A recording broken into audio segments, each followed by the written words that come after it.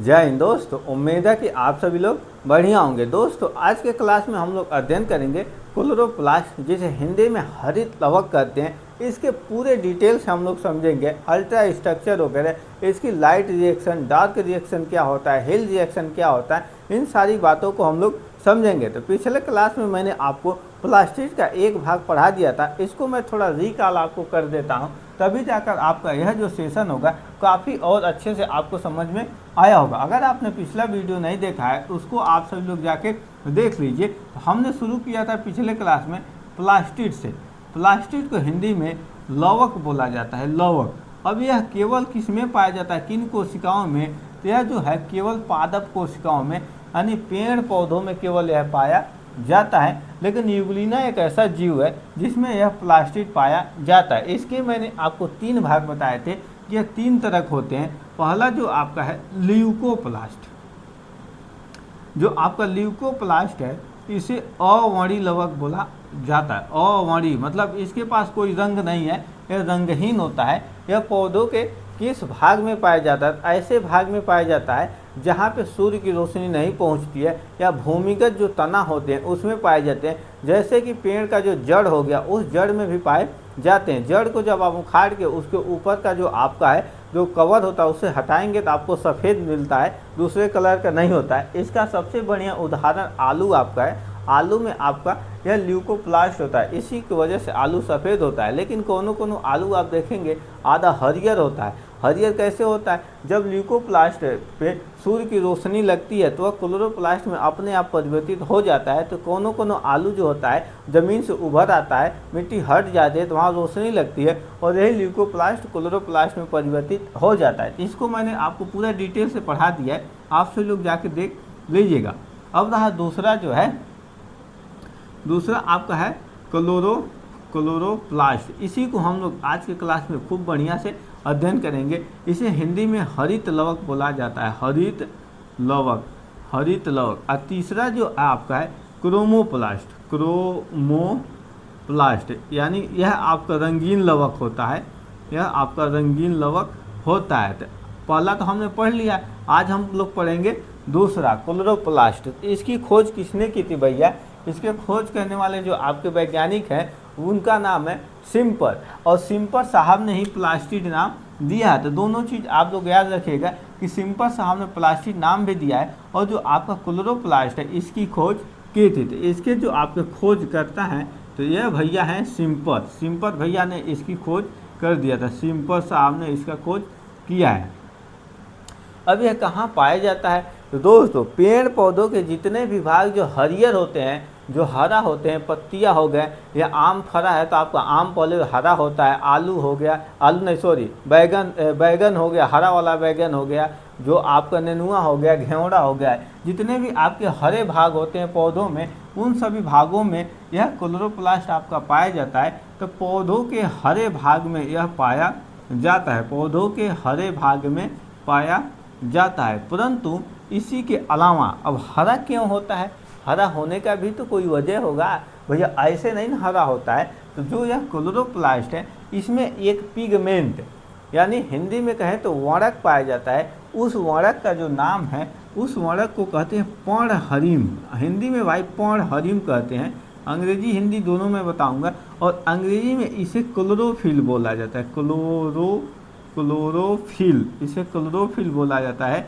और इसी क्लोरोफिल के ही वजह से जो पेड़ पौधे होते हैं वो हरे होते हैं, और इसी क्लोरोफिल के ही मदद से जो पेड़ पौधे होते हैं वह प्रकाश संश्लेषण करते हैं। यानी प्रकाश संश्लेषण करते हैं, इन्हें भोजन की आवश्यकता दूसरे से नहीं होती है, यह स्वतः भोजन बना लेते हैं। प्रकाश संश्लेषण के फलस्वरूप यह क्या बनाते हैं? तो यह कार्बोहाइड्रेट बनाते हैं, कार्बोहाइड्रेट बनाते हैं, प्रोटीन बनाते हैं, प्रोटीन बनाते हैं, इसी के साथ साथ आपका वसा बनाते हैं। यह सारी चीज़ें यह बनाते हैं किसके वजह से? इसी क्लोरोफिल के वजह से ही बनाते हैं। और इस कार्बोहाइड्रेट को, प्रोटीन को, वसा को हम लोग मनुष्य और जो जंतु हैं वह भोजन के रूप में ग्रहण करते हैं। आप कैसे करते हैं? जैसे कि प्रकाश संश्लेषण, जैसे आप इस समय धान की खेती हो रही है, आप धान लगा दिए हैं खेत में, वो अभी हरा एक पौधा वो प्रकाश संश्लेषण करता है और धान निकलता है, उस पौधे से धान फरता है और धान में प्रचुर, धान से चावल बनता है और चावल में प्रचुर मात्रा में कार्बोहाइड्रेट मिलता है। इसी तरह आपका प्रोटीन जो है, जैसे जितने भी दाल होती हैं, अरहर की दाल, मसूर की दाल, मटर की दाल, चना की दाल, सब में आपकी प्रचुर मात्रा में प्रोटीन पाए जाते हैं। तो इसी की वजह से बनता है। वसा में जैसे आपका सरसों की खेती हो गई, सरसों से आपने तेल निकाला, सोयाबीन का तेल हो गया, इस तरह से आपको मिलता है। अब जो यह पर्णहरिम यानी जो क्लोरोफिल है, पौधों की जो आपकी पत्तियां होती हैं, यानी जो पौधों की पत्ती होती हैं वो हरा होता है, तो इसमें आपका मीसोफिल सेल होता है। मीसोफिल जो आपका सेल होता है, इस मीसोफिल सेल में, और वहीं पे जो पौधों की जो तना होती है, तना का मतलब पेड़ का जो आपका शाखा होती है, जो आपकी कहते हैं डाली होती है, तो कुछ कुछ डाली आप देखे होंगे जो पतली, एकदम पतली डाली होती है और उसके कोने से, उसके अंतिम छोर से पत्तियां निकलती रहती हैं। तो वह जो आपकी पतली डाली होती है, उस डाली के रंग जो है हल्का हल्का हरा रंग होता है। तो उस डाली के बीच एक सेल पाई जाती है, यानी तना में भी एक सेल पाई जाती है, इसका नाम है क्लोरेनकाइमा। क्लोरेनकाइमा जो आपकी सेल होती है, इन्हीं दोनों कोशिकाओं में, पत्तियों की मीसोफिल सेल्स में और तना की क्लोरेनकाइमा सेल्स में, जो आपकी क्लोरोफिल है यानी जो आपकी पर्णहरिम है, वह पाया जाता है। यह सारे इंपॉर्टेंट क्वेश्चन है भैया, इसको सब आपको याद रखना है, इतना क्लियरिटी से हर कोई नहीं बताता है। तो देखिए दोस्तों, अब समझिए कि जो आपका यह क्लोरोफिल है, इसमें एक आपका धातु पाया जाता है। उस धातु का आपका नाम क्या है? तो वह जो आपकी धातु है मैग्नीशियम है। मैग्नीशियम जो है इसी क्लोरोफिल में यानी पर्णहरिम में पाए जाते हैं। यहाँ तक तो आपकी सारी बातें अच्छे से समझ में आ गई होगी। अब दोस्तों मैं आपको बताऊंगा कि जो आपकी यह क्लोरोफिल है, इसकी स्ट्रक्चर कैसी होती है और स्ट्रक्चर के बेस पे आप कैसे अध्ययन करेंगे। अगर आपके बोर्ड एग्जाम में आ जाता है कि प्लास्टिड के बारे में वर्णन कीजिए, या ल्यूकोप्लास्ट या क्लोरोप्लास्ट, ल्यूकोप्लास्ट का तो मैंने आपको पहले ही बता दिया है, लेकिन जो आपकी क्लोरोप्लास्ट है, इसका वर्णन कैसे करेंगे, इसकी कार्य वगैरह क्या है, कैसे आप अपने एग्जाम में अच्छे से बताएंगे, अच्छे से लिखेंगे, इसको मैं आपको पूरा डिटेल्स यहाँ पे बताऊंगा। इसलिए आपको एक काम करना है, इस वीडियो को बहुत ही अच्छे से ध्यानपूर्वक देखना है और इसी के साथ साथ चैनल को एक बार ज़रूर सब्सक्राइब कर लेना है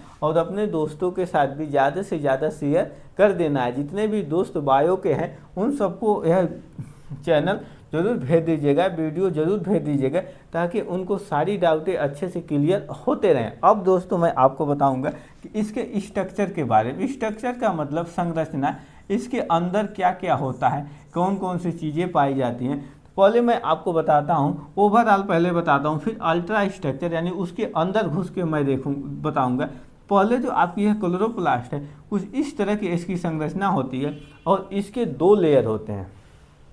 2 लेयर मतलब 2 परत होते हैं। जैसे आप गए बाजार से कोई सामान खरीदने और आप पॉलीथीन में रख लेते हैं, लेकिन पॉलीथीन कमज़ोर है, फटने वाला है, तो आप कहते हैं कि पन्नी को डबल कर दीजिए ताकि पॉलीथीन मजबूत हो जाए, तो 2 लेयर की पन्नी हो गई। इसी प्रकार से जो आपकी यह क्लोरोप्लास्ट है, इसके 2 लेयर होते हैं। तो जो आपके यह दोनों लेयर होते हैं, जो बना होता है, किससे बना होता है भैया? तो यह मुख्य रूप से जो बना होता है, दोनों लेयर जो आपके 2 परत होते हैं, यह किससे बना होता है? तो यह आपकी एक प्रोटीन है जिसका नाम है, क्या नाम है? लाइपोप्रोटीन है। इसी से आपकी यह दोनों लेयर बनी होती हैं। और इसमें क्या होता है, इसमें कुछ आपके छोटे छोटे तरल पाए जाते हैं, तरल पदार्थ पाए जाते हैं और इस तरह के सिक्के के ढेर के समान आपकी संरचना पाई जाती है। तो यह जो आपकी सिक्के की ढेर के समान जो आपकी संरचना होती है, इस संरचना को क्या कहते हैं भैया? इस संरचना को ग्रेनम कहते हैं। ग्रेनम या ग्रेना भी इसे बोला जाता है, ग्रेना कहते हैं। अब समझिए, जो आपकी यह खाली जगह होती है जिसमें अनेक तरह के आपके एंजाइम पाए जाते हैं, राइबोसोम पाए जाते हैं, ओस्मियोफिलिक की आपकी जो बूंदें हैं वह पाई जाती हैं, तो इसे क्या बोलते हैं? स्ट्रोमा बोलते हैं। स्ट्रोमा बोलते हैं। तो इसी जो स्ट्रोमा है, यानी जो आपकी स्ट्रोमा है, इस स्ट्रोमा में जो पाए जाने वाले पदार्थ हैं, आपके स्ट्रोमा में आपके राइबोसोम पाए जाते हैं, राइबोसोम्स पाए जाते हैं। इसी के साथ साथ जो आपके एंजाइम है, वह एंजाइम पाए जाते हैं। कोएंजाइम पाए जाते हैं और आपकी जो ऑस्मियोफिलिक ड्रॉपलेट्स यानी बूंदें पाई जाती हैं। इतने चीज़ें आपकी पाई जाती हैं। अब यहाँ तक आपको क्लियर हो गया। अब मैं आपको बताऊंगा इसकी अल्ट्रा स्ट्रक्चर के बारे में, और अल्ट्रा स्ट्रक्चर के साथ साथ इसके जो कार्य हैं, क्या काम है, काम भी तो आपको जानना जरूरी है। काम में जैसे आपका हिल रिएक्शन हो गया, हिल रिएक्शन के साथ साथ आपका डार्क रिएक्शन हो गया। तो यह क्या रिएक्शन होते हैं, इसके फलस्वरूप क्या होता है। और एक क्वेश्चन मैं आपको बता देता हूँ कि एक आपके एग्जाम में पूछा है कि सूर्य के प्रकाश से यानी सौर ऊर्जा से एटीपी का निर्माण कहाँ होता है। उसमें ऑप्शन दिया था माइटोकॉन्ड्रिया दिया था, आपका क्लोरोप्लास्ट दिया था, और इसी के साथ साथ राइबोसोम दिया था, और एक और ऑप्शन था। तो आप सभी लोग बताइए कि अगर सूर्य की रोशनी पड़ती है तो सूर्य की रोशनी के उपयोग से यानी सौर ऊर्जा के उपयोग से क्या बनता, एटीपी का निर्माण कहाँ पे होता है, इसको आप सभी लोग जरूर बताइए। अब हम लोग समझते हैं कि जो अल्ट्रा स्ट्रक्चर है, तो जैसे इसकी संरचना कुछ इस प्रकार की होती है, इस तरह की मान लीजिए संरचना है, और इसके दो लेयर हैं। दोनों लेयर किससे बने हैं, लाइपोप्रोटीन से मिलके बने होते हैं। और इसी के बीच में इस तरह की आपकी शुरू से अंत तक एक छोर से दूसरे छोर तक आपकी एक पटलिकाएँ जाती हैं, जिसे लैमेली कहते हैं। और यह किस में पाई जाती हैं, यह लैमेली किस में पाई जाती हैं, तो यह लैमेली स्ट्रोमा में पाई जाती हैं। तो इसीलिए इसे स्ट्रोमा लैमेली हिंदी में पटलिकाएँ बोला जाता है, स्ट्रोमा लैमेली कहा जाता है। क्लियर। अब समझिए, जो मैंने आपको ग्रेना बताया था, ग्रेनम भी उसे बोला जाता है। तो वह आपकी एक ढेर है, सिक्के की समान ऊपर नीचे आपकी संरचना होती है, खूब ढेर सारा। तो जैसे इस तरह की संरचना होती है, एक दूसरे के ऊपर होती है, और ये किससे जुड़ी रहती है, यह जाके जो आपकी स्ट्रोमा पटलिकाएँ हैं, स्ट्रोमा लैमेली है, इससे जाके जुड़ जाती हैं, और क्लोरोप्लास्ट में एक दूसरे से इसी तरह समानांतर होती हैं। तो जैसे इसमें जो आपकी एक ढेर है, जैसे आपकी यह एक छल्ला है, मान लीजिए यह आपका एक सिक्का है, फिर उसी के ऊपर दूसरा सिक्का रख देते हैं, तीसरा सिक्का, चौथा सिक्का, पांचवा सिक्का, खूब बड़ा सा ऐसा सिक्का का एक ढेर बना देते हैं। तो पूरे को आप कहते हैं सिक्के का ढेर है। ठीक इसी प्रकार से जो आपकी यह ढेर होती है, तो पूरे को क्या कहते हैं, पूरे को कहते हैं यह आपका ग्रेना है, ग्रेना या ग्रेनम, दोनों समझिए, कहीं कहीं ग्रेना देता है, कहीं कहीं ग्रेनम देता है। लेकिन अगर इस सिक्के में से एक सिक्का निकाल देते हैं तो आप कहते हैं कि 5 रुपये का सिक्का है। तो इसी तरह अगर आप इसमें से एक ग्रेना निकाल एक इकाई निकाल देते हैं, तो इस एक इकाई को थैलाक्वाइड्स बोला जाता है। हिंदी थोड़ा लिखने में गड़बड़ हो जाएगा, कोई दिक्कत नहीं है। तो इसे थैलाक्वाइड्स बोला जाता है। यहाँ तक आपको सारी बातें क्लियर हो गई, और यह आपके स्ट्रोमा लैमेली है।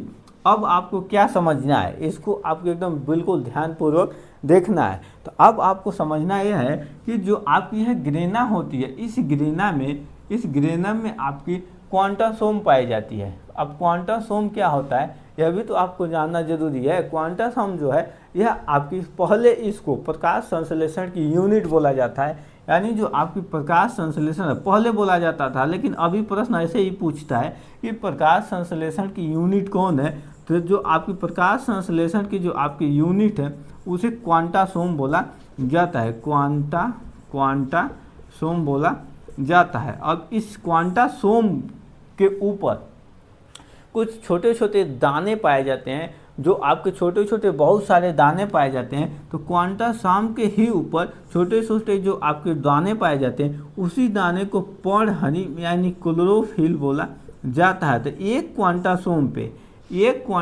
Equal to 1 quantasome equal to 230 chlorophyll होता है। और इसकी खोज करने वाले 3 वैज्ञानिक हैं। पहले वैज्ञानिक का नाम, यानी क्वांटासोम की खोज किसने किया था, तो पहले वैज्ञानिक का नाम है पार्क एंड बिगिंस, और फिर एक और वैज्ञानिक है पॉन्स।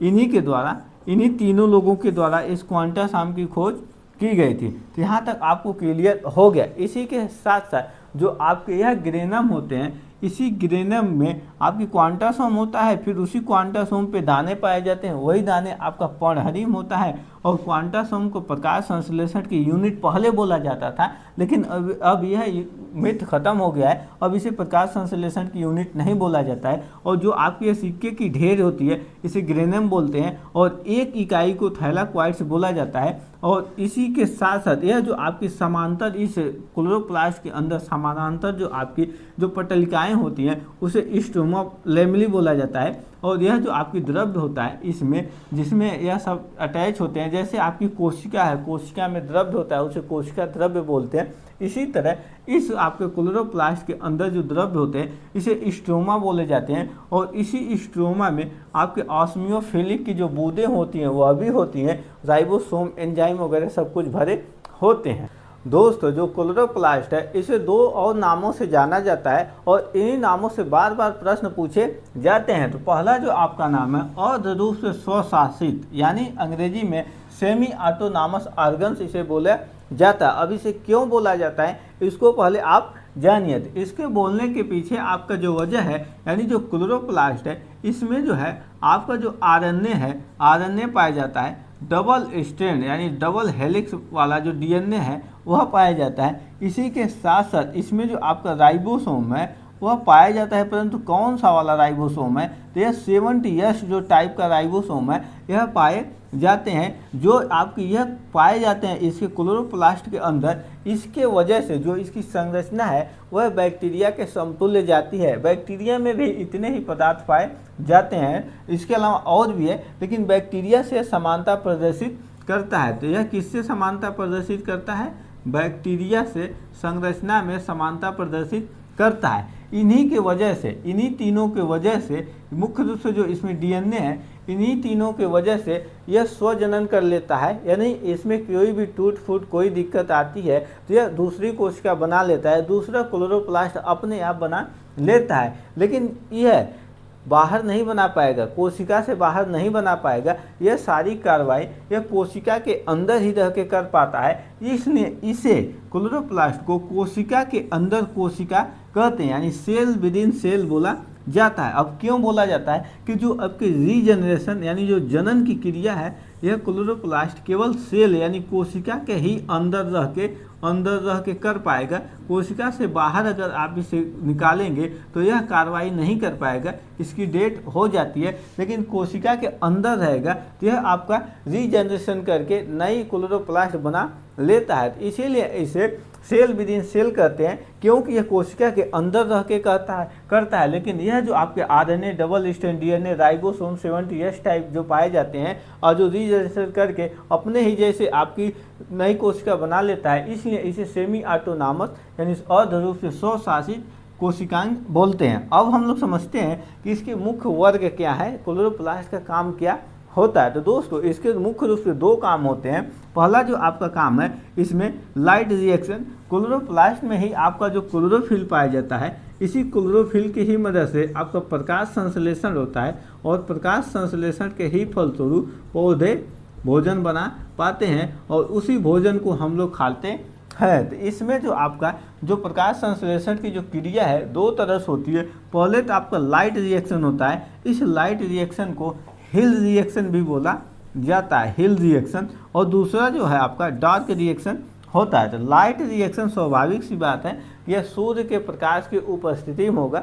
लाइट यानी प्रकाश के ही उपस्थिति में होगा, यानी दिन में होगा, न कि रात में। तो यह जो आपकी लाइट रिएक्शन है, यह भी प्रश्न पूछा जाता है कि लाइट रिएक्शन क्लोरोप्लास्ट के किस भाग में होता है, डार्क रिएक्शन किस भाग में होता है। तो जो आपका लाइट रिएक्शन है लेमिनी एंड ग्रेना, यानी ग्रेना जिसे ग्रेनम भी बोला जाता है, लेमिनी और ग्रेना में आपका लाइट रिएक्शन होता है। और इसमें सूर्य के प्रकाश की यानी सनलाइट के ही उपयोग से एटीपी यानी एडिनोसिन ट्राइफॉस्फेट, इसका पूरा नाम है, एटीपी का निर्माण होता है। और इसी के साथ साथ NADP2H यानी nicotinamide adenine dinucleotide phosphate का निर्माण होता है। इसका पूरा नाम है, एक बार और सुन लीजिए, nicotinamide adenine dinucleotide phosphate है। तो इसका निर्माण होता है। अब जब लाइट रिएक्शन हो जाता है अब रात हो गया, सूर्य की रोशनी चली गई, तो रात में क्या होता है, डार्क रिएक्शन होता है। अब इस डार्क रिएक्शन में क्या होता है, यह मुख्य रूप से जो आपका क्लोरोप्लास्ट के स्ट्रोमा वाला जो भाग है, उसी स्ट्रोमा वाले भाग में आपका डार्क रिएक्शन होता है। इसमें क्या होता है, CO2 कार्बन डाइऑक्साइड की मदद से शुगर का निर्माण होता है, जो आपकी एक प्रकार का कार्बोहाइड्रेट है। तो शुगर का इसमें निर्माण होता है, और इस क्रिया में यानी डार्क रिएक्शन में जो ATP आपका लाइट रिएक्शन में बना है, ATP और NADP2H जो बना है, इसका यूज हो जाता है, इसका इसमें उपयोग हो जाता है। हालांकि मैं आपको यहाँ शॉर्ट में बताता हूँ, जब प्रकाश संश्लेषण वाला चैप्टर आएगा, इसमें आपका क्रेब्स साइकिल आता है, क्रेब्स साइकिल और आपका ग्लाइकोलिसिस साइकिल होता है। तो इसके बारे में जो आपको पूरा आपको डिटेल से पढ़ेंगे, ग्लाइकोलिसिस साइकिल और क्रेब्स साइकिल, तब आपको सारी बातें अच्छे समझ में आ जाएगी। हालांकि यहाँ तक जो है, जो बताने वाली चीज़ें हैं इस चैप्टर में, यहाँ तक है, आपको यहाँ तक समझना होगा। तो दोस्तों, इसी तरह की इन्फॉर्मेटिव वीडियो पाने के लिए चैनल को एक बार जरूर सब्सक्राइब कर लें और अपने दोस्तों के साथ भी ज़्यादा से ज़्यादा शेयर करें। मिलेंगे नेक्स्ट क्लास में। जय हिंद।